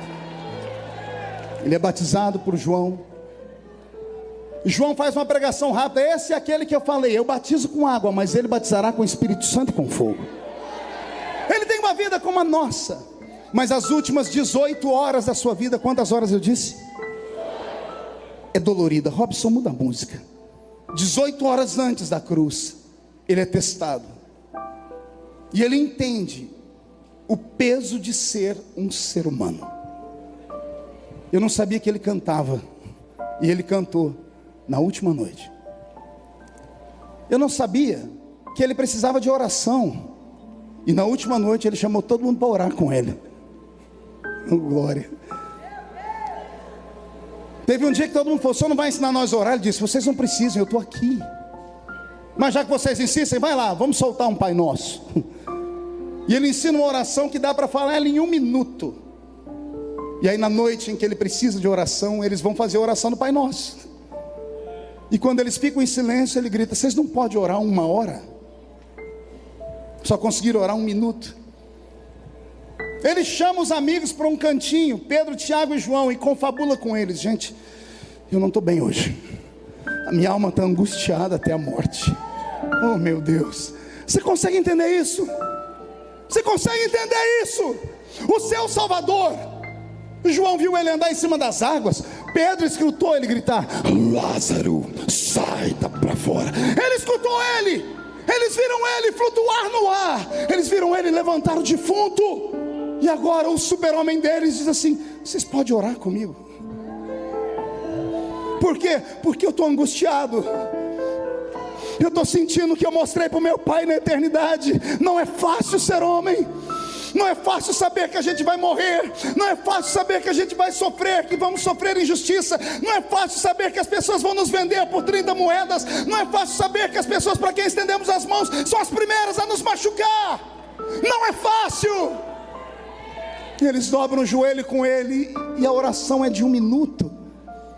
Ele entra no jardim sozinho. O jardim estava mais em silêncio do que um cemitério. Estava assim, ó. Os pássaros não cantaram, os grilos não fizeram barulho. Deus e o diabo, pastor Abílio, fizeram uma reunião naquele jardim minutos antes. Entraram num acordo: eu não ajudo meu filho e você não atrapalha ele. Deus diz: diabo, dá ordem aos seus demônios para sumir daqui. E o Senhor manda os anjos sair também? Mando. Anjos vão para um lado, demônios para o outro, e todo mundo fica em silêncio. Deus se cala e o diabo também. Pergunte por quê? A escolha era só dele. Ninguém vai interferir. Ele entra no jardim e busca Deus. Deus não está ali. Ele busca força, não tem força nenhuma. Ele tenta ouvir a oração dos amigos, ninguém está orando. Há um silêncio no jardim. E então ele começa a escutar só um barulho. Pergunte qual? O coração dele. Tum, tum, tum, tum. A respiração dele fica ofegante. Ele passa a mão na testa e tem sangue. E ele se desespera. E ele grita: se for possível, passa de mim este cálice. O diabo ameaça fazer festa, os anjos ameaçam se convulsionar. Deus segura os anjos, o diabo segura os demônios. A escolha é dele. Ainda bem que ele muda a oração. E é um mistério, porque primeiro ele falou: se for possível, afasta de mim esse cálice. E depois ele muda a oração. O que fez ele mudar? Pergunte para mim. Nós. Ele suou gotas de sangue porque ele viu a cruz antes da hora. Ele sentiu as dores antes da hora. Ele apanhou antes da hora porque ele era Deus. Como Deus ele viu o futuro. Como homem não, mas como Deus ele sentiu tudo antes da hora. E o homem dentro dele gritou: eu não encaro isso. Se for possível, me tira disso. E por que ele resolveu investir, pastor? Porque se Deus via o futuro, Ele viu todo o futuro. Ele viu a cruz, aí ele esticou a cabeça para a esquerda ou para a direita, eu não sei. Eu sei que ele olhou à frente da cruz, pastor Takayama, e lá estava o Senhor, pregando nos Gideões. Lá estava o Senhor, pastor Gilvan, pregando, e eu, menino, pastor Abílio, pastor Paulo Marcelo, menino, vendo vocês pregar, disse, nós queremos aquilo ali. E ele viu esse congresso hoje à noite, viu o senhor, pastor Cizino, com 81 anos, venceu um câncer, ele disse, vale a pena, vale a pena. E ele levanta e grita, todavia, não seja feita a minha, mas seja feita a sua vontade.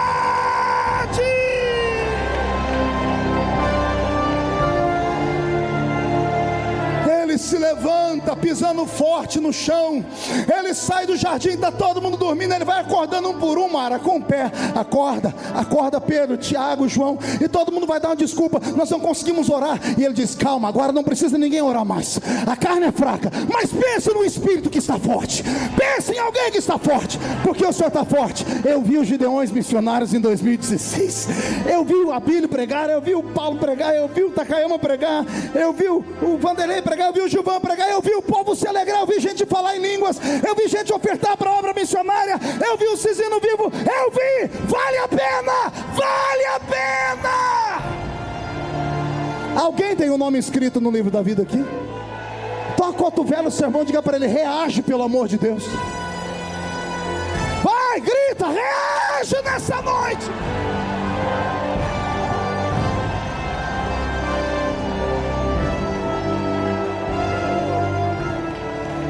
Senta aí, porque eu estou no meio da mensagem.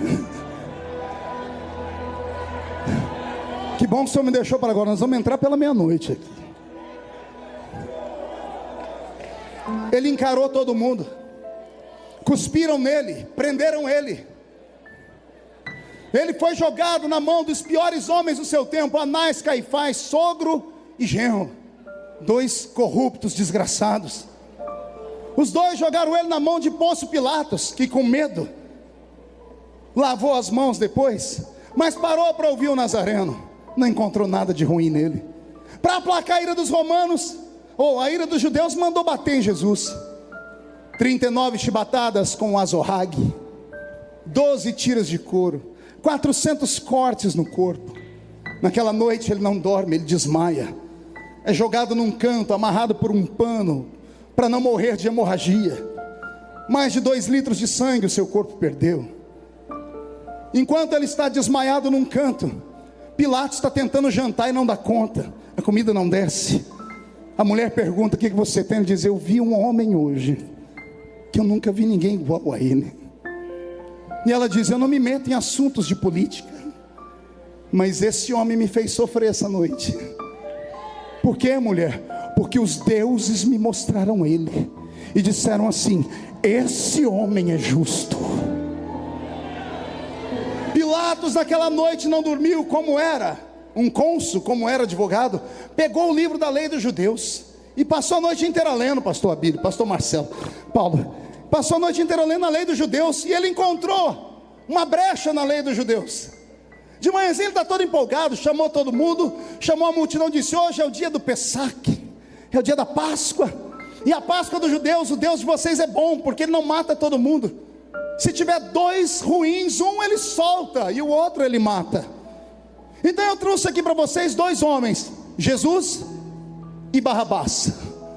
Vocês têm o direito de escolher um para soltar no deserto. O sacerdote vai botar a mão nele, ele vai levar o pecado para o deserto, e o outro vai morrer. Quem que vocês querem que eu mate? E a multidão recomprada, não foi comprada. A moeda de Judas, ele tentou devolver. Com a mesma moeda, os sacerdotes compraram o povo na frente da casa de Pilatos.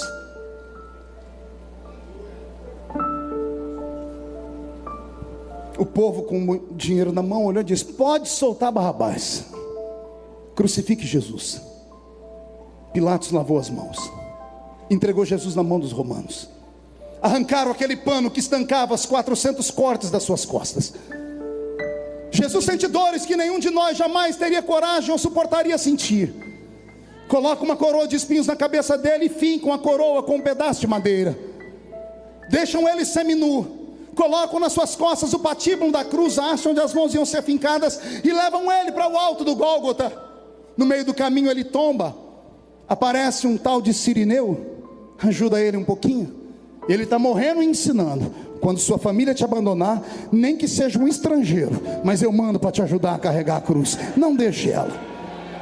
Estamos no alto do Gólgota e ele já está crucificado entre dois malfeitores. O malfeitor da esquerda representa a humanidade perdida sem Deus. O da direita, a humanidade perdida que vai se encontrar com Deus. O diabo entra no coração do bandido da esquerda e diz a Jesus: tu não és o Messias? Desce da cruz e tira a gente também. Essa dor foi a pior de todas. Pior do que os cravos, pior do que as chibatadas. Porque essa é a dor de ele ter ouvido o homem por quem ele estava morrendo dizer para ele que Jesus não valia nada. Quando Deus vê isso, Deus diz: você entrou ali, diabo, eu não deixo o jogo desigual. Espírito Santo, entra no outro, do outro lado lá, ó. Não entendeu? O diabo entrou no da esquerda, o Espírito Santo entrou no da direita. O da direita começou a brigar com o outro, mas para ver o outro ele tinha que esticar o pescoço, porque Jesus estava no meio. Ele disse: ô infeliz, você não vale nada e eu também não, mas esse que está aqui, ele não fez nada. Só que quando ele olhou para Jesus, ele viu o presente que Pilatos deu para Jesus em cima da cabeça dele: Rei dos Judeus. O bandido começou a gritar: ô rei.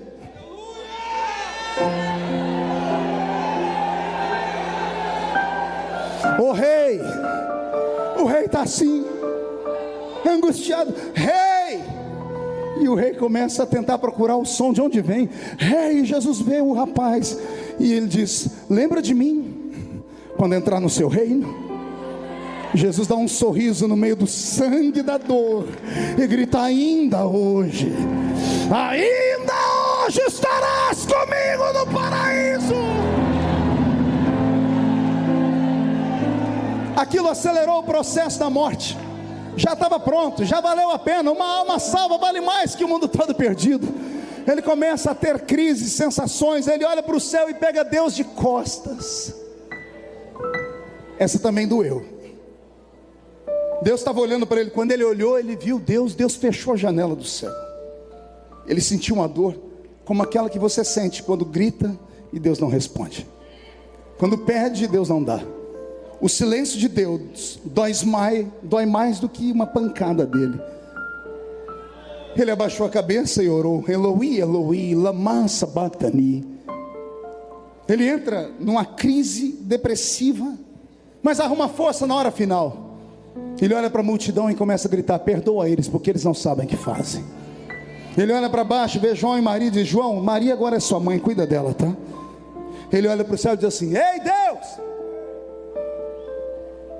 eu vou dar uma mãozinha para o Senhor, senão eu não saio dessa cruz nunca. Porque o salário do pecado é a morte. Mas eu não pequei. Eu não posso morrer. Ou eu estou errado? Jesus podia morrer? Isso aqui só os grandes podem responder. Jesus podia morrer? Ele não pecou. Se o salário do pecado é a morte, o dom gratuito de Deus é a vida eterna. Se Jesus não podia pecar, ele não podia morrer. Não, pastor, mas a morte matou ele. Matou nada, tentou. Ela tentou. Ela subiu no alto do Gólgota vestida com a sua roupa negra e com o seu aguilhão na mão, a foice, né? Ela olhou Jesus e falou: é hoje que eu acabo com ele. Só que quando chegou perto ela tomou um susto. Pergunte por quê? Jesus não era só homem, era Deus. Homem morre, Deus não morre. O homem estava assim, pastor Abílio. O Deus dentro do homem estava assim. Não entendeu? Jesus estava assim, mas o Cristo dentro dele estava assim. Deus não se curva para ninguém. A morte, quando olhou, disse: vou matar. Jesus está assim. O Cristo está assim: cai dentro. Vem, tenta. Ela levantou o aguilhão e bateu bateu no peito dele para cortar o fio de prata. É só um fio de prata. A foice bateu e quebrou. Pastor, isso é invenção, né? Não é não. Tem um pastor pregando lá em Corinto. Ele era baixinho, botava um púlpito assim. Ele está pregando aqui, todo mundo dando glória a Deus. Ele olhou na porta, lá na porta, quem é que apareceu no culto? A morte. Ela olhou para ele, eu imagino que ela fez assim, ó.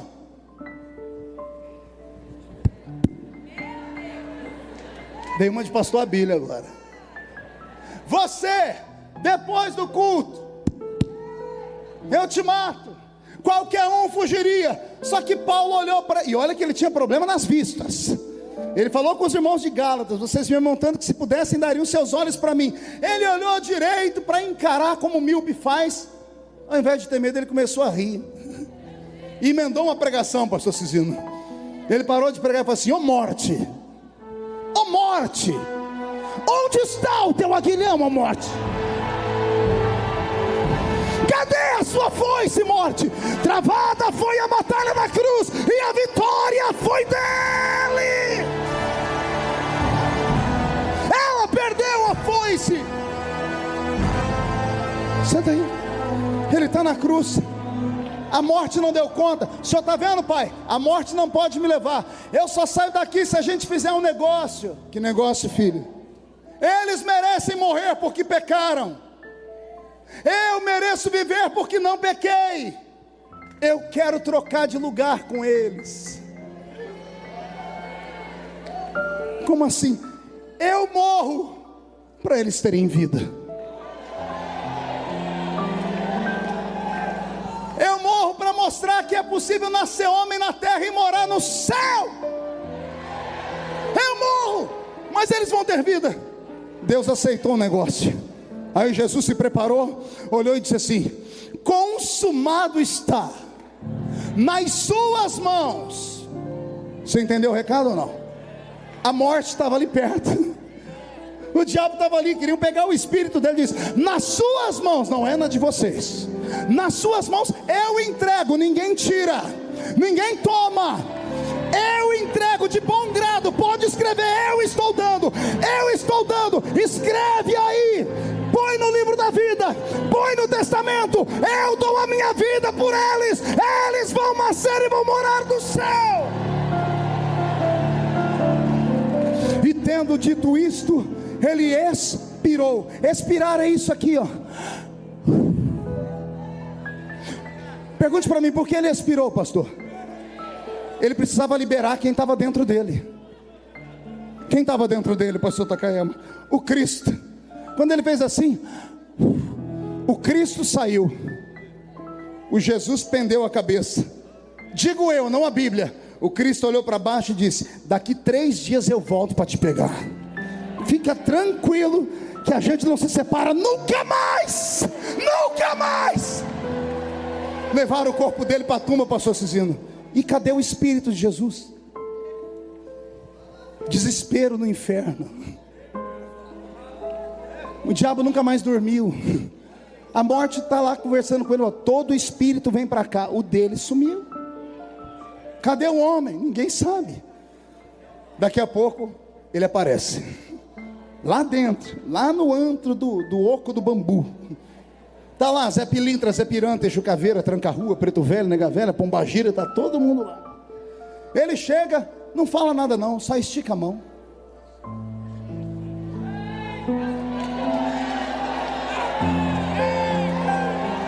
Me dê o que é meu, a chave da morte do inferno, me dê. O diabo pega a chave da morte do inferno, dá na mão dele tremendo. Jesus cata a chave.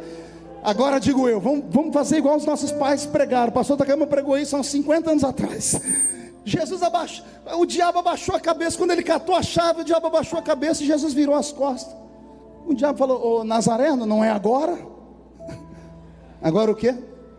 Aquele negócio lá de Gênesis 3:15. Da semente nasce uma que pisa aqui na cabeça. É agora, é agora, é agora. Isso eu aprendi com ele, nosso mestre.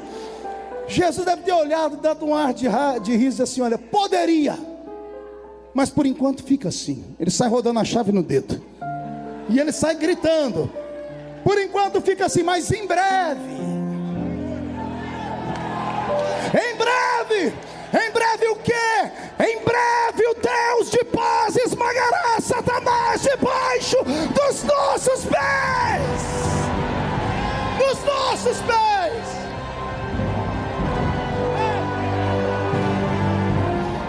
O que é que Jesus tem na mão? A chave do quê? A chave do quê? A chave do quê?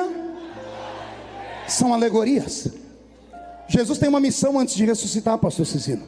Isso aqui falta ensinamento nas escolas dominicais. Todos os homens que morreram antes de Jesus não tiveram a chance que todos os homens que nasceram depois de Jesus tiveram, que é a salvação eterna. Era preciso Jesus consertar, colocar um peso nessa balança. Por isso ele tem na mão a chave da morte e do inferno.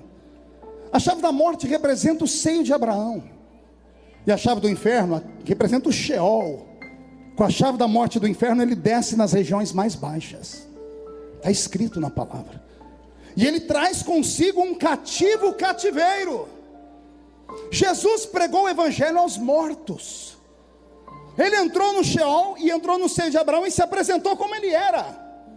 Os que creram nele, teve uns que acreditaram tanto que não saíram só dali, já saíram da tumba lá na terra.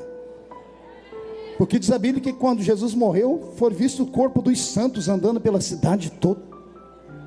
Jesus pregou o evangelho a todos eles. E depois que ele pregou o evangelho a todos eles, é hora de ressuscitar. É domingo de manhã. Oh glória. 6 mulheres estão se aproximando da tumba, tristes, acabrunhadas. De repente, elas chegam perto da tumba, a pedra está rolada para um canto e 2 meninos de branco aparecem, 2 varões de branco. Antes delas fugirem, eles gritam: por que procurais entre os mortos aquele que vive? Ele não está mais aqui, ele já ressuscitou. Elas saem dali e vão contar para os discípulos o que aconteceram. E ele falou que ia se encontrar com eles. E então começa uma série de encontros de Jesus com os seus discípulos, com aqueles que creram nele. Num período de 40 dias, ele apareceu a 500 pessoas e marcou um ponto de encontro com eles em Atos capítulo 1. Em Atos capítulo 1, Jesus marcou um encontro com eles, por isso que tinha uma multidão ali ouvindo ele pregar. Só que eles estavam tão atônitos que a pregação dele não fazia sentido. Teve uma hora que Jesus parou de pregar e falou para eles: o que vocês querem saber alguma coisa antes de eu ir embora? Gente, se você vê Jesus ressuscitado, você ia perguntar o quê? Eu ia perguntar como é que é do outro lado. Eles estavam tão atônitos que um deles perguntou: é agora que o Senhor vai livrar Israel da mão dos romanos? Ele disse: essas coisas meu pai reservou para ele. Já vi que vocês não estão atentos ao que eu estou falando. Então faz o seguinte: saiam daqui, fiquem em Jerusalém, até que do alto vocês sejam revestidos de poder. E ele começou a flutuar no ar. Veio uma nuvem e ocultou ele. Os anjos que estavam subindo com ele, os mesmos 2 da tumba, vieram para escoltar ele. Quando eles olharam para baixo, viu todo mundo em estado catatônico. Os anjos resolveram voltar para acordar os homens. Tocou no ombro deles e disse: varões galileus, por que estáis olhando para o céu? Do jeito que ele foi, qualquer dia desses, ele vai voltar. O Senhor Jesus é arrebatado aos céus. Ele é arrebatado aonde? Temos um problema, pergunte qual? Ele arrastou para o céu o corpo dele, de carne e osso, sem sangue. Carne e osso, sem sangue. O sangue ficou na terra para nós, para perdoar os nossos pecados. Se o sangue é a alma do corpo, o corpo de Jesus passou a funcionar com algo diferente. E era tão diferente que mesmo tendo carne e osso, ele atravessava a parede e comia peixe na beira da praia. Entendeu ou não? Ele não está glorificado ainda, ele está ressuscitado. Maria foi tocar a mão nele, ele disse: não me toque, porque eu ainda não fui glorificado. Ele estava num corpo de carne e osso, sem sangue. A ausência do sangue dava poderes a ele de atravessar a parede e comer peixe. Esse corpo ele arrastou para o céu. Arrastou para onde? Temos um problema, pergunte qual? O homem não pode entrar no céu. O meu espírito não estará mais com o homem. Quando ele chega na entrada das regiões celestiais, o céu todo fechado com uma muralha, porque o diabo não podia voltar para lá, os anjos caíram também não, por isso Deus cercou o céu. Lá dentro do céu só existia o tabernáculo, mais nada. Voltei onde comecei. Jesus para na porta do portão. Os anjos que estão com ele, que escoltaram ele, são obrigados a olhar para a esquerda e para a direita, porque os anjos de guerra que guardam o céu não são onipresentes nem oniscientes. Quando vem aquele corpo estranho na entrada do céu, eles vêm voando e correndo, vêm para proibir a entrada. Mas quando se aproximam dele, ele estende as duas mãos. Eles veem as cicatrizes e começam a se questionar: quem é esse? Quem é esse Rei da Glória? Os anjos que reconhecem ele começam a gritar: levantai, ó portais eternos, para que entre o Rei da Glória. Os anjos vêm voando, correndo, olham pelo muro, pelo portão e dizem: mas quem é este Rei da Glória, de carne e osso? Os anjos lá fora gritam: é ele, o Senhor dos exércitos, poderoso na batalha. Ele é o Rei da Glória. O portão, pastor Abílio, se abre.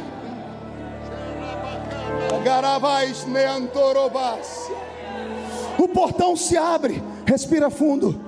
Um homem nascido de mulher pisa com os pés de carne no céu. Quando Jesus pisa no céu, o céu inteiro treme. E ele grita: é possível nascer homem na terra e vir morar no céu. É possível. Estou com meu corpo todo arrepiado. Agora que ele já cumpriu a lei, respira fundo aí. Coisa de filme. O corpo humano dele flutua. O corpo humano dele cresce. Os cabelos castanhos vão ficando branco da raiz para trás. Os olhos castanhos vão tomando cor de fogo. Os pés furados vão dando lugar para um latão que saíram da fornalha. A roupa da terra é transformada em linho do céu. Um cinturão de ouro traça o peito dele. Abre a boca e grita: o rei voltou. O rei está de volta.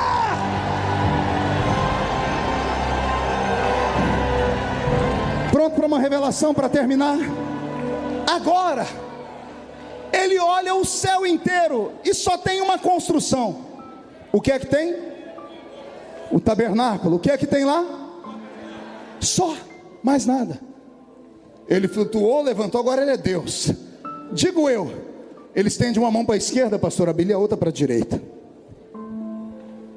O que foi que eu disse mesmo para os meus filhos lá em João 14? Eu vou para o Pai e vou preparar. Não tinha nada no céu ainda. Não tinha nada no céu, porque o homem não podia entrar lá. Mas agora que ele morreu e cumpriu a lei, diz: agora eu vou fazer lugar para eles. Ele vai voando e da mão dele vai saindo construções, casas, palácios, ruas, avenidas. Uma das casas é sua. Casas, palácios, avenidas. Um dos apartamentos é seu. Eu quero ser seu vizinho lá.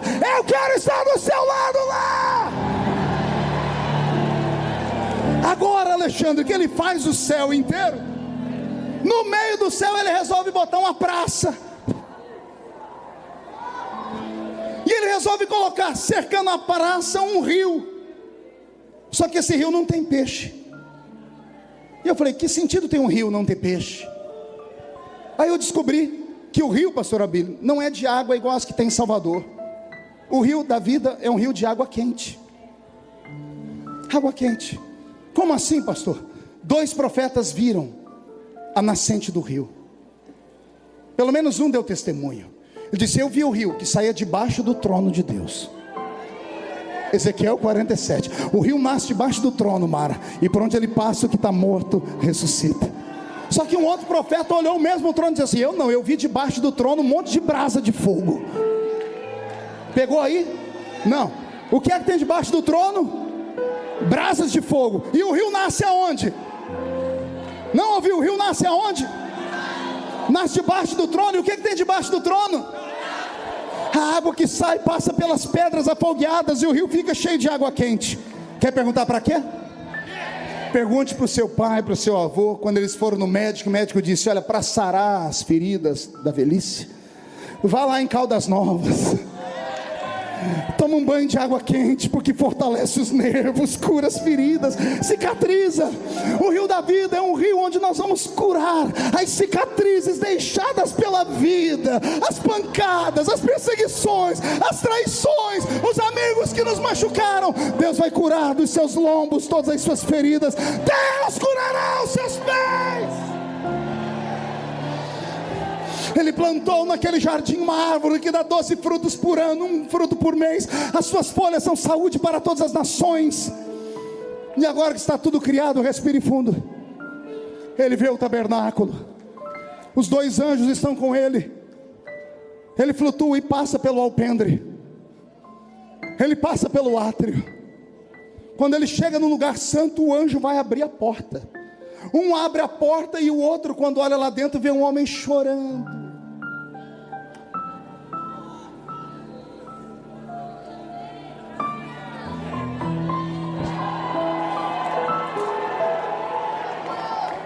E ele escuta alguém gritando: ninguém na terra, nem debaixo dela, nem em cima dela pode abrir o livro, nem desatar os seus selos. Aí o anjo que trouxe Jesus vai voando e diz: João, não chores, porque olha quem vai entrar ali, João. Eis ali o leão da tribo de Judá.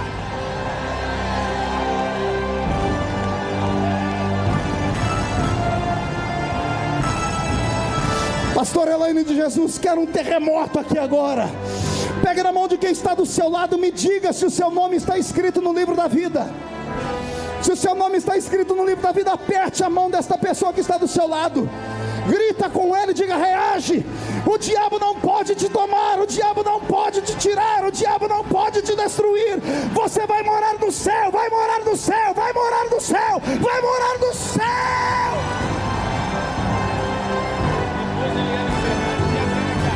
Vou chamar as pessoas.